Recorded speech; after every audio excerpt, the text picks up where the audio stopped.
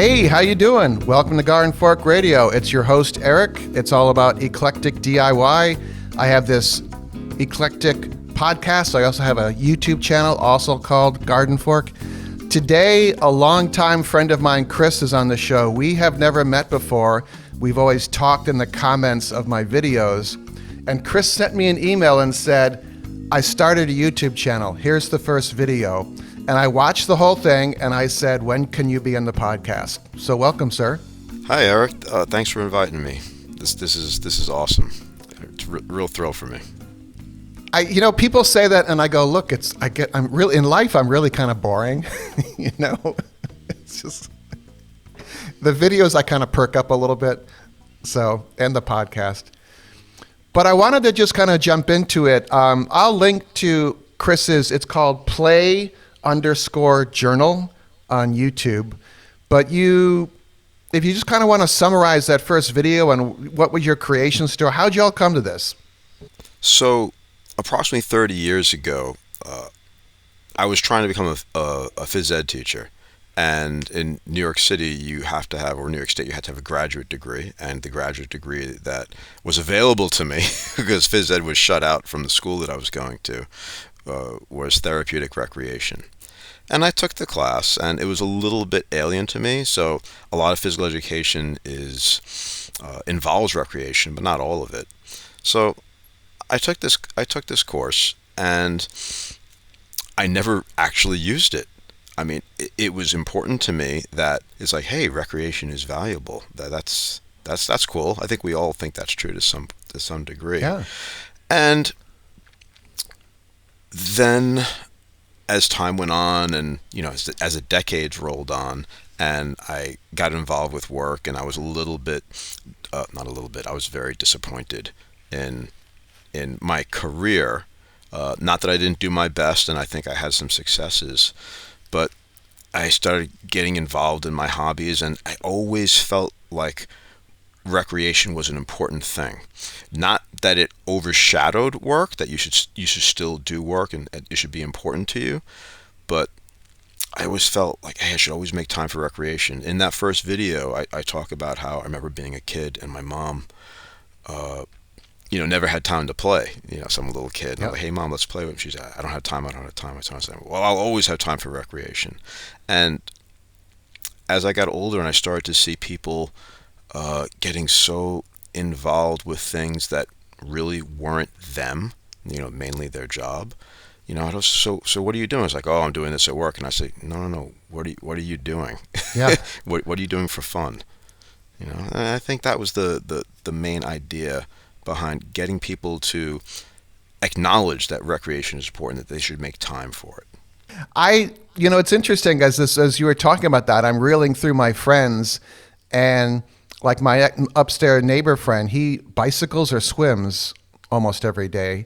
And then I think about some of my other friends and I'm like, oh yeah, all they do is work, It's interesting though, because sometimes, and I haven't met many people who meet this criteria, but sometimes you have somebody who loves what they do. And I had two friends who fit that criteria, and an old student who just graduated. He's going through his first year of college, and we went out to have lunch at a Vietnamese place.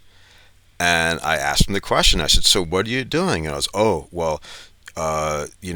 I'm studying. I'm part of a study group, and after that, I'm part of a club where we go around to small businesses, and he's studying business, and we analyze their business, and we figure out ways to get them on social media and to help them with their workflow. And I said, no, what do you do for fun? Yeah. And he goes, oh, that is fun. Yep. And whenever I hear stuff like that, I have to take a step back because, with my work situation, very much not being fun at times, it's kind of hard to relate to. But if you can find that thing that you love to do, yeah. You know what they say, you never work a day in your life. But I've only met 3 people who fit into that. I think everybody else is sort of like, I have to go to work. I like making the videos I do, but what I like even more are the comments and emails I get. So I don't know if that is then that I love my work or not, but I love the actions it can sometimes cause. Like I've got this more than once where someone's like, before I met you, I was incredibly anal and everything had to be done precisely correctly, whether it was, washing the car or fixing a broken closet door. And I said, and then you said, done is better than perfect in your video. And I realized that the car didn't have to be perfectly washed, And so that's my contribution to the world. It really is. It really, really is. And I would say part of that is just getting started. And Yep. sometimes if there's something that you want to do, whether it is a task that needs to be done or some new hobby that you want to explore, you may spend all this time preparing or thinking, you know what, I can't do it. I need this, I need that. I don't have the right stuff. Yes. I don't really understand everything I need to do. Just getting started is the most important thing. Get started. Make mistakes. And that's what I love about your channel is that you'll go 10 minutes into something and go, well, that was the wrong thing to do. And you did it with the magnetic chalk paint. Oh yeah, God, what a nightmare that was. Oh, that looked like nightmare fuel. I mean, that sludge and having to paint it on so thick. Yeah.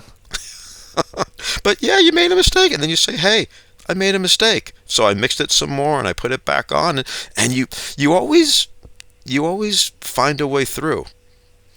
Yeah, if I could do that in real life, I'd be set up. I'm guilty of. I love the idea of exercise, and I'm like when I look at the exercise equipment you can buy, it's kind of like that's my sugar hit. I'm like, oh, I should buy that. Then I could exercise. And then I realized that I have some hand weights and my resistance bands, and that's really all I need. But I'm just drawn to the bright, shiny things that I think I need before I can start. And I think that happens to a lot of people. Oh, I need all this gear before I start playing hockey. You and the rest of America, right? Yeah. It's we're very much a consumer culture people, and the other thing is like, what's your other phrase? Use what you've got. Yes. Right? Use what you've got. And by the way, we've had this conversation before years ago, and I was glancing through your old videos, and I think the first video that I saw was 13 years ago. I think it was your first portable pizza oven. Oh, great. Yeah, I think that was it. And I love that. And ever since then, I've had angle iron in the basement ready to go. But I don't have the clay brick. And I was like, oh, when am I going to get some used clay brick? But I should just go to a place and just pick it up. But yeah, that's always been on my mind. And I want to talk to you about that later because I have a modification that instantly came to my mind about the brick oven. But, where was I going with this? You said that this is the first video you saw of mine. Right. Oh, and then we had a conversation about fitness in the comments section. Yes, I remember. And you made a comment, and I said, but you do a lot of physical things. Yeah. You work with your hands, and don't discount that. You're out with the dogs. You're taking them out. We do that. So this kind of winds back to the overall theme of, at the moment, your YouTube channel, which I think is essentially talking about work-life balance, but in a very passionate but personal way. That's exactly it. And I think that's where a lot of people, including myself, fail. And in my situation, as I got older, and then all of a sudden I found out that it happened in like 2007, 2008. I had a hip injury. And I do judo, by the way. So I had a hip injury. And it wasn't terrible, but as the years went on, it got worse and worse. Yeah. To the point where I needed hip surgery. At the same time, my mother's 97. And I'm taking care of her. So at one point, I was working, with a bad hip. And my mother was, 97 and needed help. And I was working at the job, then I would come home and work again, and at some point I was, up at 5:30 a.m., taking naps when I could, and then going to bed at like 1 a.m. Wow. and that was it. So, taking care of my mom was work too. And I started to burn out, and the house started falling into disorder and disrepair. So yeah, that work and recreation balance is huge. And I wonder how many of us just put our nose to the grindstone all the time until there's no nose left. Yeah, I have seen that happen. It's what I do like is this is actually there's a section in the New York Times called Well, and they keep on talking about how to be healthier, and they're like moderate exercise, and they make a point of saying, look, walking is exercise. If you go out and even walk 30 minutes a day, that's a giant step toward healthier living. And so we walk the dogs every morning, whether we're in the woods or in the city. We were just out there in the cold, and we went, and it was like 45 minutes. So if you all who are listening are thinking, oh, I can't exercise, you just go out and walk. That's a great start. Actually, I would say that's all you need. There were some scheduling issues. There were problems wrangling students. Again, I was a phys ed teacher, and at one point we didn't have gym space, but we had all these students. So what we did was we identified the students who were really not into sports. Yeah. And we took them out for a walk every day. That's great. And they would form little groups, and I would kind of like slide into each little group and have a little conversation while we walked. Don't underestimate, entertaining yourself while you exercise. Yeah. And I would chat with them, and we would have a destination, and the line would get long, right? Because people had varying fitness levels. So I had to make sure I keep an eye, drop back to the group that was lagging, speed up to the group that was in front, and then get them back in time.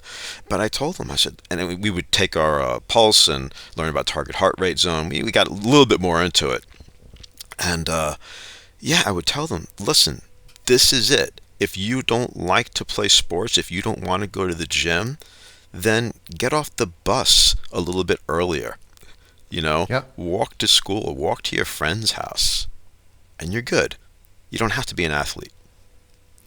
Yeah, I wish we would have had that in my gym class. Were you sitting off to the side, hiding from the gym teacher? No, I was lucky enough that, I knew I was a geek, but I got along well with the jocks. Partly because I was one of the yearbook photographers. So that kind of was an icebreaker for all the different groups in school. But I know some of the kids, I just was like, this is not a happy place for them. And I really felt for them, but they were usually my friends. So I tried to shield them from the brutality of the jocks during phys ed class. That's interesting. So in high school and prior to that, I was 100% geek. Just 100%, not in great shape, and the jocks were not my friends. Yeah. And I just hung out with my buddies, playing our geek games. And when I went into college, that's when I took a mandatory physical fitness course, and that's when it clicked. And I was like, oh, I could be athletic. Yeah. I could just do that. And I started doing that. And then I got onto the judo team and just cycled. But still, I was still a geek at heart. And what happened, and this was really strange to me, it was surreal. So now, I had the lean physique, I had muscles, I had confidence. And all of a sudden, people started to speak to me outside of my friend group. And they wanted to get to know me, and they were impressed that I was strong, and they were impressed that I did judo. And I'm thinking to myself, I'm the same guy I always was. Yeah. And all of a sudden, now you're looking at me, and I'm kind of a little bit disgusted by that, right? Because you didn't see me for who I was before, but now you see me. So, yeah, I hold on to that geekiness as much as I can. Yay. So in the I didn't realize you posted a second video because I forgot I didn't subscribe to your channel. But you put out a second one, which I haven't watched, but the thumbnail's better, by the way. But the first one you talk about recreation can also be, did you essentially say like online or computer games? It could be. It could be. Okay, good, because that way a lot of people feel like they're exercising then. I think that's kind of a brain exercise too. I think so as well. Well, the thing is that there's a recreation encompasses physical activity, right? And recreation, the word recreation just means to, when you're not working, what do you do to restore yourself, to renew yourself, to recreate yourself? And if that's reading a book, then that's what it is. If that's playing a game, with friends, a board game like Settlers of Catan, that's what it is. If that's going online and playing what's popular now, Helldivers or whatever Marvel game is out there, then that's what it is for you. Now, I do think that you need to sort of diversify your portfolio of recreation. Yeah. Put something physical in there. Take the labs for a walk, work on a video, grow mushrooms. Oh, how'd the mushrooms go? Did you ever get any harvest? No, it kind of blew. I don't know what I did wrong. I have failed miserably at mushroom growing. I've tried it like 3 times now, and it's kind of expensive because the spores, it's like $30 a whack, I was excited. Yeah, I was really excited about that because you planted them. I think you put mulch over it. Yeah. And I was like, all right, I can't wait for the next video. There was one flush of mushrooms, and I missed it by like 4 or 5 days, and they got all mushy, and I couldn't quite tell what had occurred because, mushrooms turn fairly quickly. So, but other than that, it's been kind of failure-ish.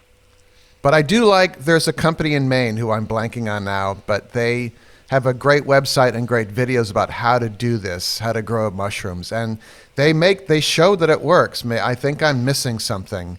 Maybe I didn't keep the beds watered enough because I'm only there in the weekends, so did they dry out and the spore died or something? So, sorry. That's okay. Actually, a friend of mine bought me one of those mushroom kits that grow in the box. I haven't used it yet. And it says guaranteed to grow. It's like, is it guaranteed if I haven't used it for a year? We'll find out. Maybe.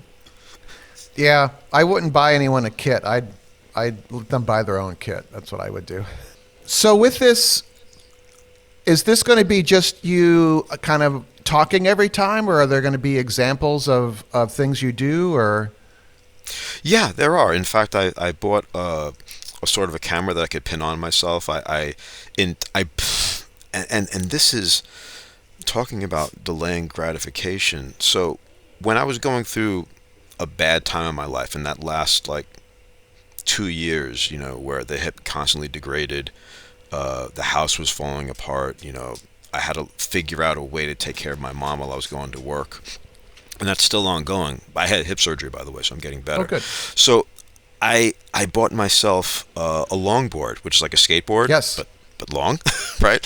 And it's in the box. It's in the box. I got it 2 years ago. Actually, I think I asked for it for a gift. It's still in the box. That is one of the things I want to do. I also bought myself I was with a student in my last year, and he said, "What's that kung fu weapon? It's like a knife on a rope, right?" And I looked. I said, I don't know. I'll look it up." And did you ever watch kung fu movies? Yeah, but are they nunchucks maybe, or? No. It's a long rope. Huh. Right, and there's a blade on the end of it, right? So what it's called is called a dart rope. Oh. Right, or a rope dart, I forget. And now I said, "Oh, that looks interesting."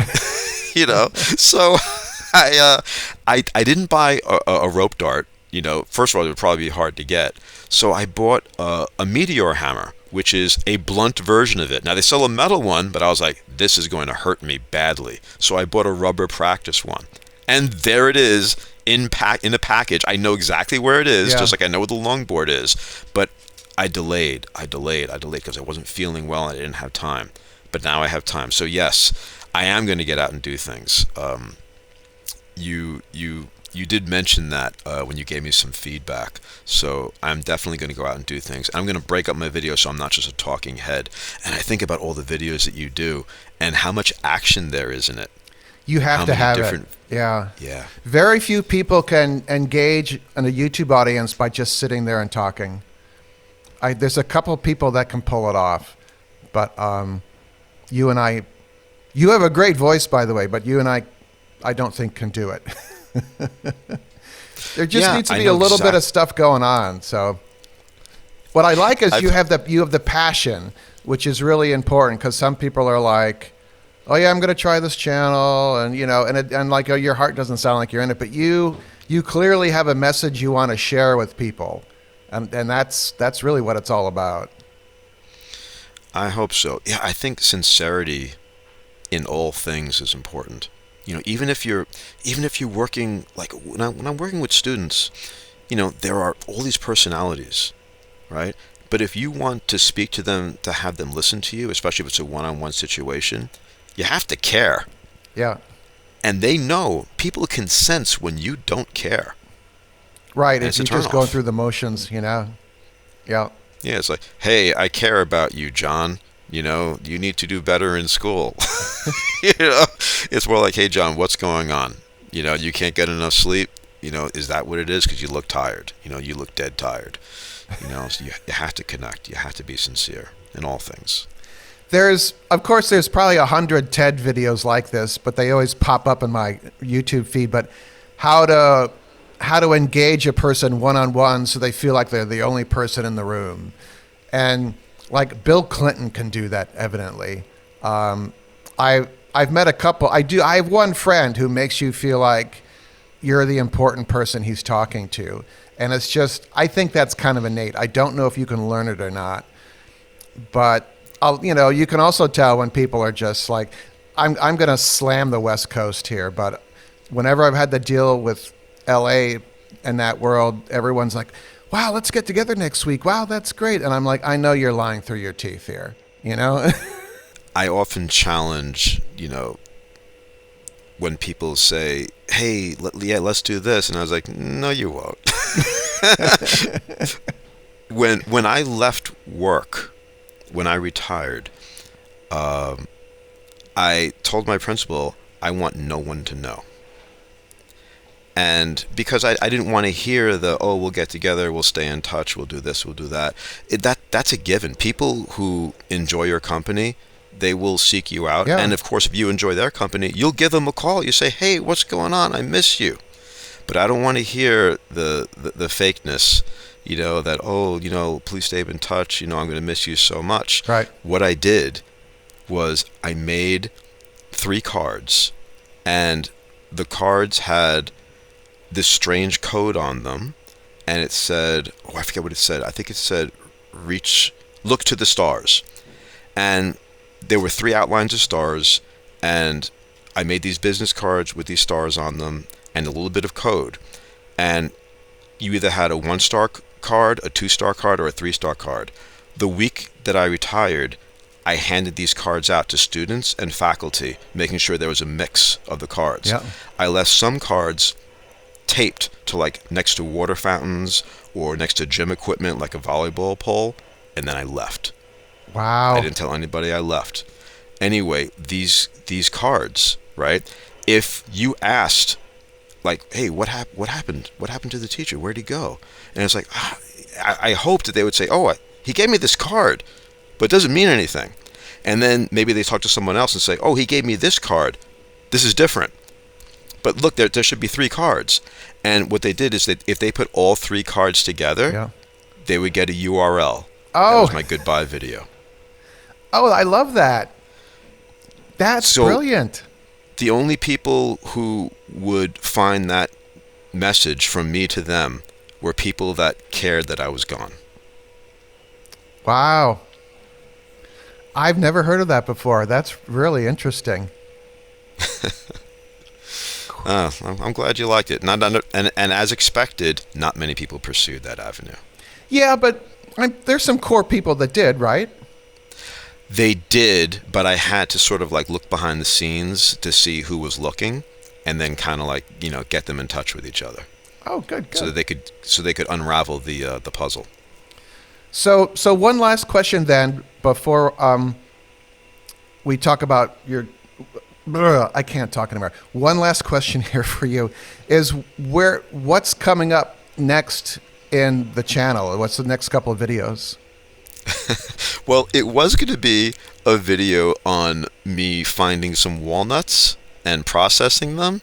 But then as I was researching the exact procedure, I was like, oh, they're not dry enough yet. So I was like, okay, I can't do that. Then I was like, oh, well, maybe I'll do I grew a dent corn. Yep. You know, like the kind you grind. And I said, oh, I've been growing this corn for years, and I saved it in the oven, and now I just have to grind it. But then I was like, oh, my kitchen's a mess. I can't do that. So my latest video, one that is all recorded and it needs to be, you know, a little bit of editing magic, is just on what recreation is, the definition of recreation. So that's coming up either tonight or tomorrow. That'd be good. You know, I've actually experienced that where the kitchen is a mess or whatever. I just focus the camera on like the kitchen sink. I tried, but my kitchen is so horrible, and I don't. Look, like I said, you know, because, you know, I neglected myself for so long. You know, the house has fallen into disrepair, and I'm trying to, you know, reclaim it room by room, and the kitchen is where I'm really working right now. But still, it's like, oh, there's a grease spatter on the wall. I need to go clean that. Or, oh, the oven is a mess. You know, I have to go clean that. And, you know, it's like, it's true that you have to get started, but at the same time, I don't want to gross people out. Right. You know, yeah, I want to at least appear like I have my act together. But I do say, you know, especially in that last video, it's like I do not know everything. I'm figuring stuff out as I go. You know, I'm not perfect, and yeah, well, there you go. It's the Eric thing, right? You know, done is better than perfect. Yeah. You know, maybe I should be a little more transparent. It's funny how a messy kitchen in a video, people are like, oh, gross. But I show my workshop, which is a nightmare, and it looks kind of charming, you know? It looks like you're busy. It looks like you have 1,001 projects ready to go. Yeah, I do. Or it's like, hey, I have this coffee can that has all these screws in it, and these screws are exactly what I'll need one day. Well, I don't want to I don't like to talk about things before they happen, because then it never happens. But the winter is devoted to some organization in the workshop, let's just say. So, because it's really cold up at the house. Can you hear the vacuum in the background of my microphone here? No. Oh, good. Because there is a person cleaning the hallway outside my apartment, and the vacuum is really loud. The new technology is so good these days. It is amazing. It's amazing what it cancels out. Well, cool. So it's called Play_Journal. You have 56 subscribers, and your second video got 47 views. That is a great ratio for subscribers to actually viewers, because that's usually more about 10%. I think that you are 100% correct, but the difference is, and I was told that this is a mistake, I did not go in without any sort of fanfare. I contacted, you know, everybody that I knew who I thought would be interested. So those 56 subscribers are people who know me. Yeah. Right? And honestly, if I can just get like 3 comments per video, that'll be enough fuel for me to keep going. I'm not going to be obsessed with, you know, getting a lot of subscribers or views. I just need to have some feedback and some back and forth. That'll be enough for me. I love that. That is so great. So it's Play_Journal. Everyone, if you want to go check that out, I'll link to it in the show notes here. Chris and I are going to stick around for the after show. If you're a patron, you get the behind the scenes. Chris is going to tell me how to fix my pizza oven, basically, which I would love to hear, because I have one pizza oven half built, and then it snowed 6 inches, so it's under 6 inches of snow. All right, everyone, let me know your thoughts. It's gardenfork87@gmail.com, and check out Play Journal. Thanks, Chris. Thank you, Eric. Garden Fork Radio is produced by Garden Fork Media, LLC in Brooklyn, New York.